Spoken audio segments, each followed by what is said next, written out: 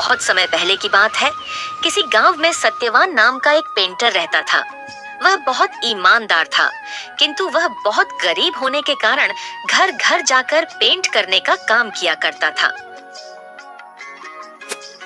उसकी आमदनी बहुत कम थी। मुश्किल से ही उसका घर का गुजारा होता था। पूरा दिन मेहनत करने के बाद भी वह 2 वक्त की रोटी जुटा पाता था। वह हमेशा चाहता था कि उसे पेंट करने के लिए बड़ा घर मिले, जिससे उसकी आमदनी अच्छी खासी हो, पर वह छोटी छोटी काम को भी बड़ी ईमानदारी और लगन से करता था।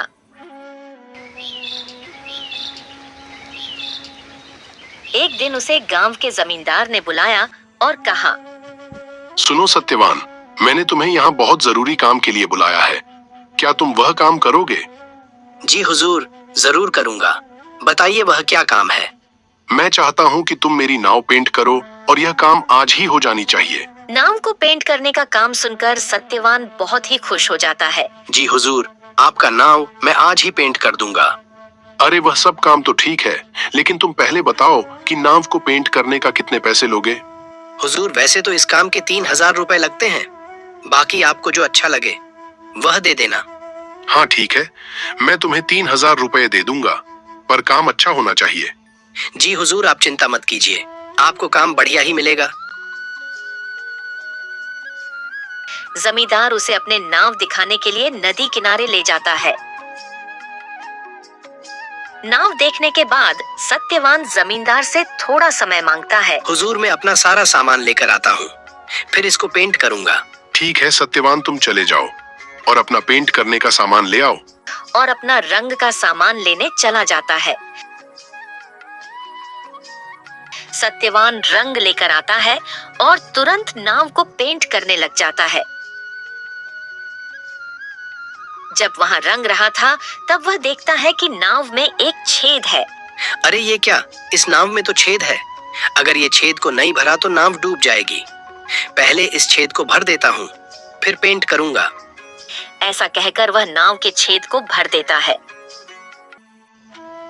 कुछ समय में सत्यवान नाव को पेंट कर देता है और जमींदार के पास चला जाता है और कहता है, हुजूर जी, नाव का काम पूरा हो गया है, आप चलकर देख लीजिए। ठीक है सत्यवान, चलो।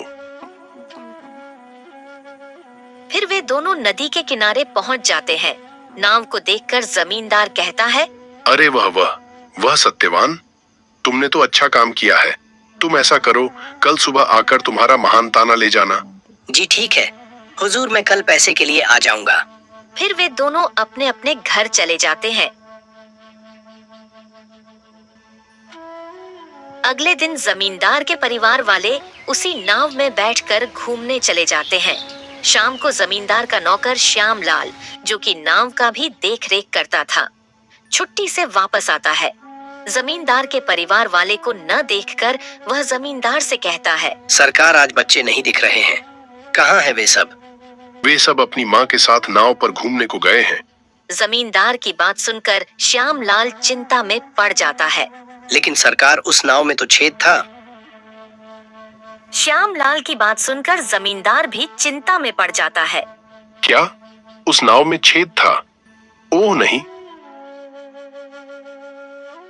कुछ देर के बाद जमींदार का पूरा परिवार घूम फिर कर मजे से घर वापस आ जाते हैं। तब जमींदार चैन की सांस लेता है। अगले दिन जमींदार सत्यवान पेंटर को बुलाता है और कहता है, ये लो सत्यवान, तुम्हारा महानताना, तुमने बहुत बढ़िया काम किया है, मैं बहुत खुश हूँ। सत्यवान पैसे लेकर गिनता है और हैरान हो जाता है, क्योंकि वह पैसे ज्यादा थे। वह जमींदार को कहता है, हुजूर, आपने मुझे गलती से ज्यादा पैसे दे दिए हैं। नहीं नहीं सत्यवान, मैंने तुम्हें यह पैसे गलती से नहीं दिए हैं, ये तुम्हारी मेहनत का ही पैसा है। लेकिन हुजूर, हमारे बीच तो 3000 रुपयों की बात हुई थी ना, ये तो 10,000 रुपये हैं, तो फिर ये मेरी मेहनत का कैसे हुआ भला? क्योंकि तुमने एक बहुत बड़ा काम किया है। जी, कैसा काम हुजूर? तुमने इस नाव के छेद को भर दिया। उसके बारे में मुझे पता भी नहीं था। अगर तुम चाहते तो तुम उसे ऐसे भी छोड़ सकते थे, या फिर तुम उसके बदले अधिक पैसे मांग सकते थे, पर तुमने ऐसा बिल्कुल नहीं किया।